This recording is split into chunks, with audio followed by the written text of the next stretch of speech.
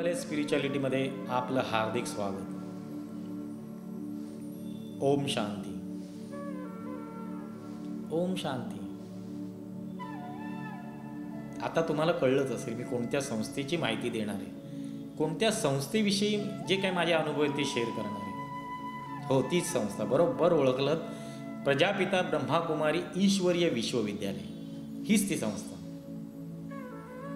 या संस्थेची स्थापना 1936 साली साक्षात निराकार ईश्वराने एका व्यक्तीद्वारा केली, महान व्यक्तीद्वारा. त्यांच्या शरीराचं नाव होतं दादा लेकराज. ज्यांना नंतर ब्रह्मा बाबा हे नाव मिळालं. तर शिव ज्योतिर्बिंदू म्हणजे शिवबाबा. शिवबाबाने ब्रह्मा बाबांद्वारा जे नॉलेज दिले, जे ज्ञान दिलेले आहे ते मुरली या स्वरूपात प्रसिद्ध आहे. या संस्थेचे 7 दिवसाचे कोर्सेस आहेत, आध्यात्मिक कोर्सेस आहेत, स्वतःला ओळखण्याचे कोर्सेस आहेत. आपलं मी कोण आहे, मी कुठून आलो आहे, माझं ईश्वराशी नातं काय, माझा उद्देश काय, जीवनाचा उद्देश काय, ह्या विश्वामध्ये विश्वाचा उद्देश काय, हे विश्व चालतं कसं, हे विश्व परिवर्तन कसं होतं, हे युग किती आहेत, आपल्या शास्त्रांमध्ये काय सांगितलेलं, त्या शास्त्रांचं सार ईश्वर कसं देतोय, हे सर्व इथे आपल्याला शिकायला मिळेल, इथे पाहायला मिळेल, इथे जाणून घ्यायला मिळेल. प्रत्येक जिज्ञासूला इथे उत्तर मिळेल. फक्त विश्वास ठेवून श्रद्धेने आपण अभ्यास केला पाहिजे. 7 दिवसाचा कोर्स केला पाहिजे. एकदा का तुम्ही 7 दिवसाचा कोर्स केला म्हणजे झालं, तुम्हाला सर्व ज्ञान प्राप्त झालं. असं होतं का?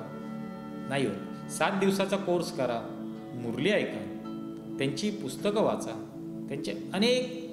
जेव्हा तुम्ही मुरलीचा अभ्यास कराल, नुसतं वाचून ऐकून होणार नाही, तर तुम्ही स्वतः विचार करायला लागला पाहिजे. मनन चिंतन मंथन झालं पाहिजे, विचारसागर मंथन झालं पाहिजे.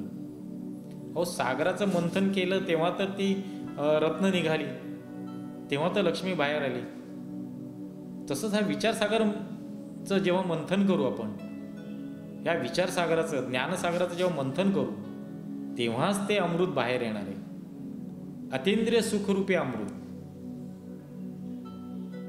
आमच्या साधू संतांनी पण ज्याविषयी सांगितले, सेवितो हा रस वाटितो अनिता आणि का घ्या रे होऊ नका रानभरी. म्हणजे हा जो रस आहे, ज्ञानरस आहे, ह्या ज्ञानरसानेच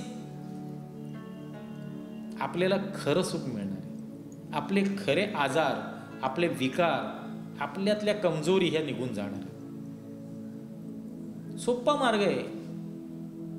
अमृत वेळेला पाळायची म्हणजे काय करायचं? अमृत वेळेला उठायचं. म्हणजे कोणतं? तर ब्रह्ममुहूर्त.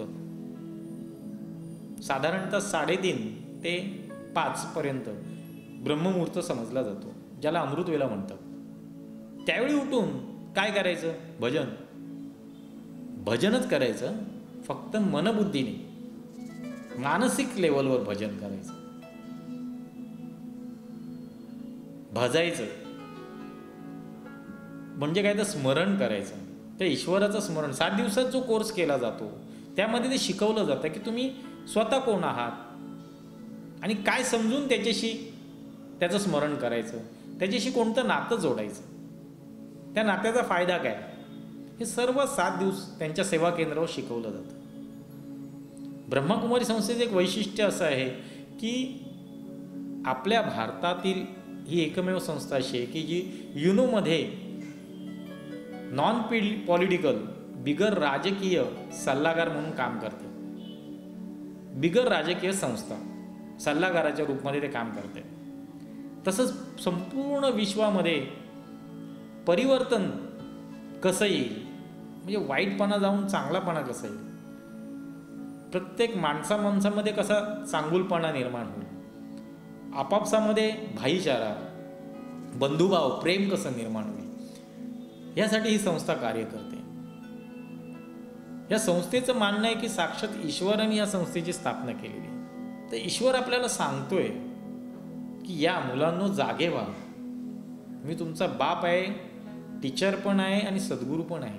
सद्गती करणारा तो सद्गुरू. चांगली गती देणारा जीवनाला. या जीवनात राहून ही सुखाची अनुभूती करायची. देहीचं विदेही भोगूदशा, तुकाराम महाराजांनी सांगितल्याप्रमाणे याच देहात राहून आपण विदेही अवस्थेत आपुले मरण पाहिल्या माझ्या डोळा, धन्य तो सोहळा अनुपम्य. स्वतःचं मरण स्वतः बघायचं स्वतःच्या डोळ्याने. मग बाबा तेच मुरलीत सांगतोय, बच्चे जिती जी मरण आहे. मग मरायचं का? मरण्याची तर कोणाची इच्छा नसते. पण तुकाराम महाराज म्हणतात की मला मेल्यामुळे आनंद झाला, आपले मरण पाहिल्या माझ्या डोळा, धन्य तो सोहळा अनुपम. सुंदर सोहळा होता तो. मी स्वतः मेलो आणि मी डोळ्यांनी पाहिलं मी मेलो. हे कसं शक्य आहे? बाबाही तेच सांगतो मुरलीमध्ये की बच्चे जीते जी मरो, फिर तुम खुशी खुशहाल हो जाओगे,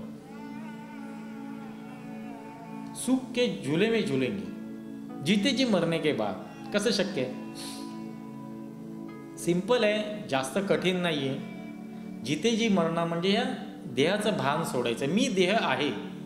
हे जे आपलं आत्तापर्यंतचं तत्त्वज्ञान आहे किंवा हे जे आत्तापर्यंतची आपली मनाची धारणा आहे किंवा हे जे आपण बुद्धीत धारण करून ठेवले, मी देह आहे. नाही, मी देह नाही. त्याच्या आतमध्ये जो कोणी आहे तो मी आहे. मग मुळात माझा आनंद हे स्वरूपच आहे. मग वेगळं कशाला मिळवायला पाहिजे, बाहेर शोधायला कशाला पाहिजे? तुझे आहे तुझं पाशी, परी तू जागा चुकला अशी. आमच्याकडेच आहे सगळं, आनंद सुख शांती समाधान. आणि मी बाहेर मार्केटमध्ये शोधतोय. बंगला घेतला आनंदी झालो, तसं होत नाही. गाडी घेतली आनंदी झालो सुखी झालो, तसं होत नाही. मोठी पोस्ट मिळाली, मंत्री झालो, सत्ता मिळाली, खुर्ची मिळाली, आनंदी झालो, तरी सुद्धा तसं होत नाही ना. पण प्रॅक्टिकली दिसत नाही तसं. कोणत्याही मंत्र्यांना जाऊन विचारा, उद्योगपतींना विचारा, करोडपतींना विचारा, तुम्ही सुखी आहात का हो? नाही हो, रात्री झोपच येत नाही, खूप टेन्शन असतं, अनेक टेन्शन्स असतात. मग मुळात सुख त्या गोष्टींमध्ये नाहीच आहे ना, आनंद त्या गोष्टीमध्ये नाहीच आहे. पण बाहेर शोधायचाच नाही आहे, आनंद तुमच्यामध्येच आहे.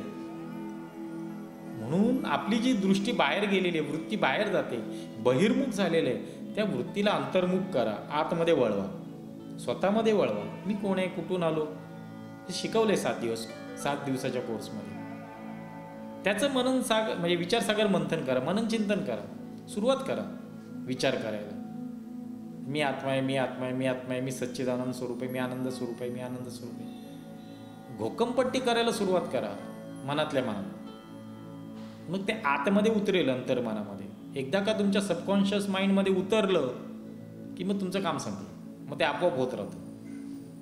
तेवढंच फक्त आपलं काम आहे, बहिर्मनातून अंतर्मनात उतरवायचं. मग बाकीचं जे काय होतं ते ऑटोमॅटिक होतं. मग शिवबाबा त्यासाठी तर आलेलं आहे ना, ईश्वर आलेलं आहे त्यासाठीच की तुम्ही तुमचं जीवन सुखी होतात. पहिला पूर्वी सुखी होता. भारत सोने की चिडिया था, सोन्याचा धूर निघायचा भारतातून. आता काय कंगाल झालेला आहे भारत. मग पुन्हा बनायचं आहे ना तसं, कारण सायकल रिपीट होत असतं. मग ते पुन्हा सायकल आता रिपिटेशन आलेली आहे. वेळ जवळ, भारत स्वर्ग बनण्याची वेळ जवळ आलेली आहे, सोन्याचा धूर निघण्याची वेळ जवळ आलेली आहे. संपूर्ण विश्वातल्या अनेक राजे राजवाड्यांनी भारताला लुटलेले आहे. सोमनाथाचं मंदिर किती वेळा लुटलं माहिती आहे तुम्हाला. पण आता पुन्हा ती वेळ आलेली आहे. मग भारताकडे असं काय आहे की भारत विश्वगुरू बनेल? असं कोणतं साधन आहे, असं कोणतं ज्ञान आहे? बाबाने तेच तर सांगितलेलं आहे. हा जो पुराणा राजयोग आहे हा फार प्राचीन राजयोग आहे, जो बाबाने सांगितलेला आहे. राजयोग म्हणजे राजेशाही योग, राजा बनवणारा योग. आपण म्हणतो ना, योग आल्याशिवाय घटना घडत नाहीत, योग यावे लागतात. अहो लग्न जमत नाही, अहो योग नाही आहे पत्रिकेत, पुढच्या वर्षी योग आहे. ज्योतिषी सांगतातच ना, गुरुजी सांगतातच ना आपले. तसं आता आपलं जीवन राजेशाही बनवायचं, सुखमय बनवायचं, आनंदमय बनवायचा योग आलेला आहे जुळून. बाबा आलेला आहे, ईश्वर आलेला आहे. सांगतोय तुम्हाला, या काहीही खर्च नाही, फक्त 7 दिवस तुमचा वेळ हवा. 1 तास द्यायचा, रोज 1 तास. 7 दिवस तुम्ही कोर्स करा सेवा केंद्रावर जाऊन.